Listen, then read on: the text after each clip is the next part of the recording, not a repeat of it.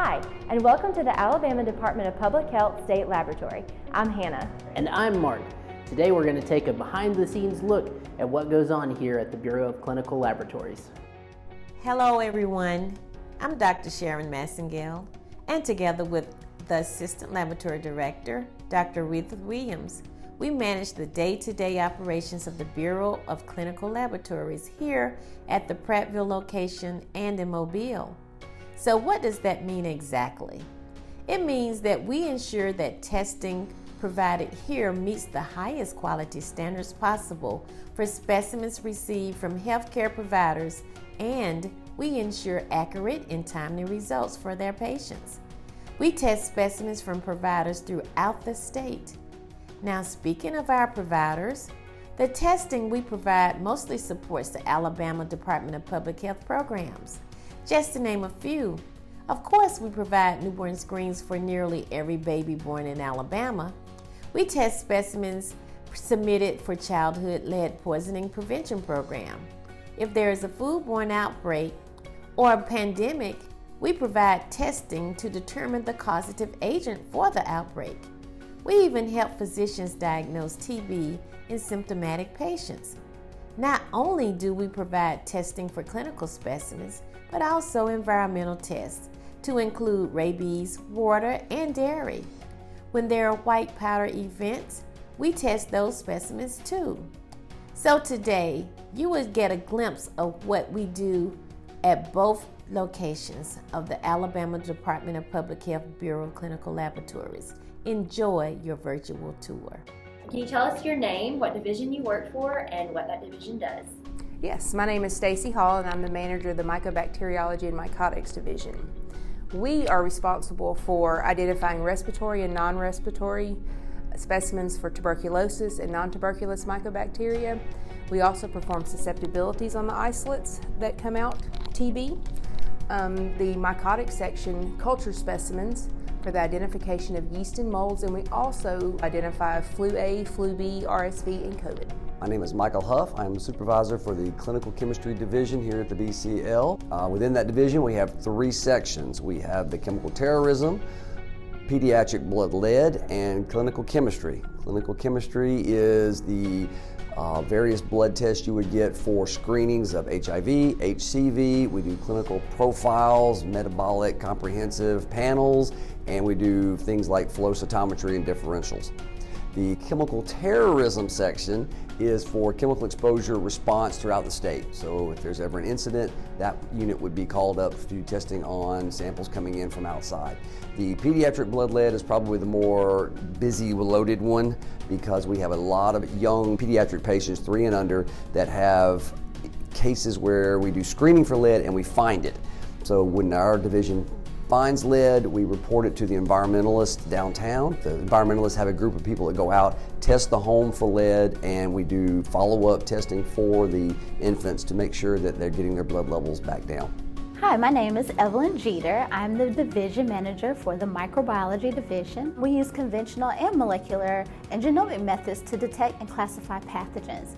Our reference bacteriology section performs culture-based biochemicals to identify rare and unusual bacteria in hospitalized and forensic cases.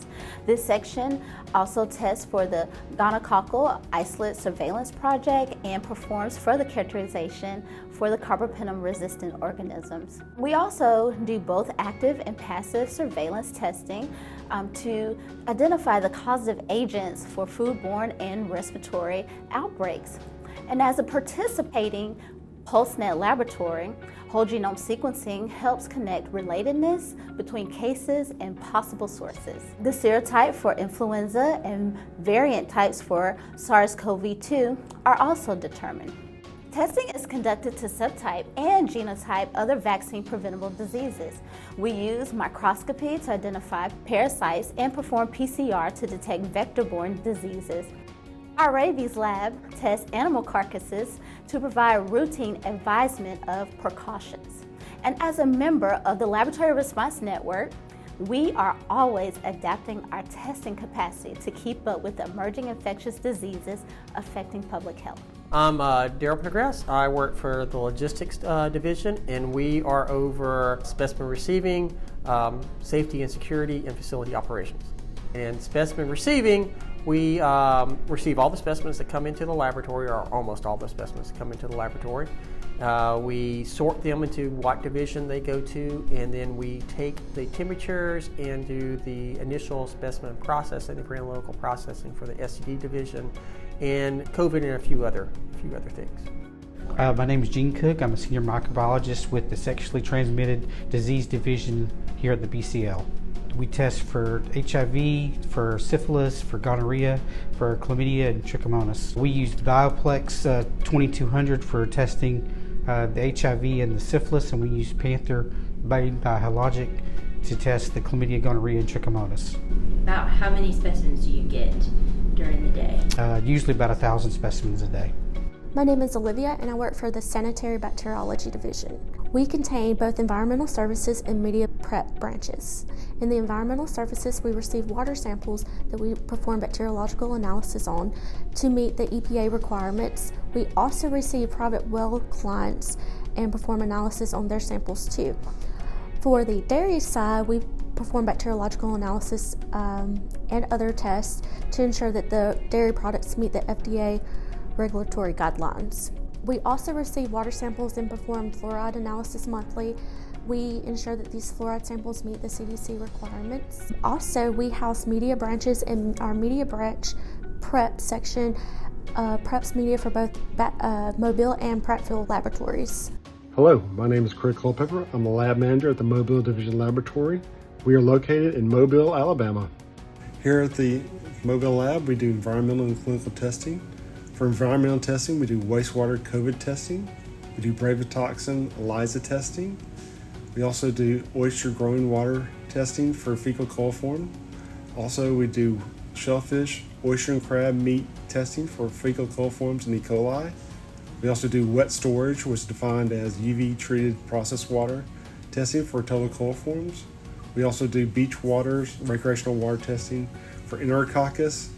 We also do drinking water testing, and also we do rabies testing by the FA test. For the clinical side, we do urine culture and antibiotic sensitivities for pregnant women. We do chlamydia, gonorrhea, and trichomonas STD testing, and we also do syphilis antibody STD testing. We hope you enjoyed that tour of the many divisions we house here at the BCL. Now let's take a closer look at the lab of the hour, newborn screening. Please give us your name and your position. My name is Derek Kennedy. I'm the division manager for the newborn screening laboratory. I've been with the laboratory for 27 years. We screen all children born in the state of Alabama. We screen about anywhere from 120,000 to about 115,000 a year. We screen for 33 different disorders. For the core disorders from the recommended uniform screening panel. We just recently added X-linked adrenoleukodystrophy, and we also added an analyte with our screening panel that allowed us to more specifically test for adenosine deaminase severe combined immunodeficiency. And with that test, we were one of the first states to use the PerkinElmer NeoBase 2 kit with their latest mass spec instrument. Daily, we receive about 300 to 400 specimens. They come from our hospitals where the initial screening is collected in the first, after 24 to 48 hours after birth. We also receive samples from our pediatric providers who collect samples anywhere from 2 to 6 weeks after birth. Those samples come in, we have two forms, an A form that is given to the hospitals for those initial screens, and we have a B form that is used by all our pediatric providers and our NICUs at our hospitals. Once those specimens are received in the lab, they come through the U.S. Postal Service, our public health courier system. We also receive samples by FedEx and UPS.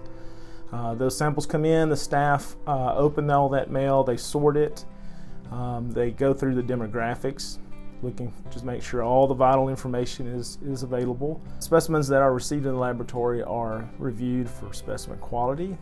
Those specimens that are questionable for quality are reviewed by the supervisors. They will assess if the specimen is suitable for testing. If not, it will be marked as unsatisfactory. Once all specimens are reviewed, they'll be taken to the laboratory to our punch room. Our punch room is an enclosed area where all of our instruments are located that we perform the punching process with. The humidity and temperature can be controlled in that room. We punch a 3.2 millimeter spot from all of our DBS cards. That 3.2 millimeter spot gives us around 3 microliters of blood, and all of our testing is designed for that amount of blood. So once those microtiter plates, you have the specimens punched into those plates can then be distributed to the different testing areas where the testing begins. There may be additional processes that have to occur before they can be loaded onto the instrument. Thank you for that overview, Derek, and thank you for the hard work you and your staff do to ensure babies all over the state get the health care they need as quickly as possible. Next, we will make our way out of the lab and see how our follow-up team handles abnormal test results. Hello, my name is Rachael Montgomery, and I'm the Newborn Screening Follow-Up Division Manager with the Bureau of Clinical Laboratories. The Newborn Screening Follow-Up Division makes sure that every baby that's born in Alabama with an abnormal newborn screening result, they're tracked for timely diagnosis, treatment, and intervention as needed, since early treatment can prevent or decrease complications. The screening is not intended to be diagnostic, so newborns that with any suspicious findings must undergo further testing and clinical evaluation. And any abnormal result could potentially mean that a baby has a serious health condition that could cause growth problems, developmental delays, deafness, blindness, intellectual disability, and/or premature death. So the follow-up staff here with the Bureau of Clinical Laboratories make sure to notify a provider of abnormal results as soon as possible to communicate recommended testing and treatment protocols. So once follow-up staff report results, it's important to initiate intervention as quickly as possible. We ask that hospital staff record the first and last name of the primary care provider on the screening card. This will make sure that we have up-to-date information to contact the baby's doctor. It can save hours or days that can be vital to the baby's health. It's also helpful to have a designated point of contact for each facility for timely reporting. So we will make sure to confirm that the baby is a patient. We will verify birth information that may affect testing or treatment plans. We'll locate babies if the primary care provider is not correct. And we can also make care coordination referrals if we're not able to contact the provider or the parent. And we will continue to track and follow the baby until a diagnosis is confirmed. So on behalf of the Alabama Department of Public Health Newborn Screening Follow-Up Team, I want to thank you for the work that you do to help save the lives of Alabama babies. Thank you, Rachael, and thank you to your staff for your diligent work in serving the health of our newest Alabama citizens.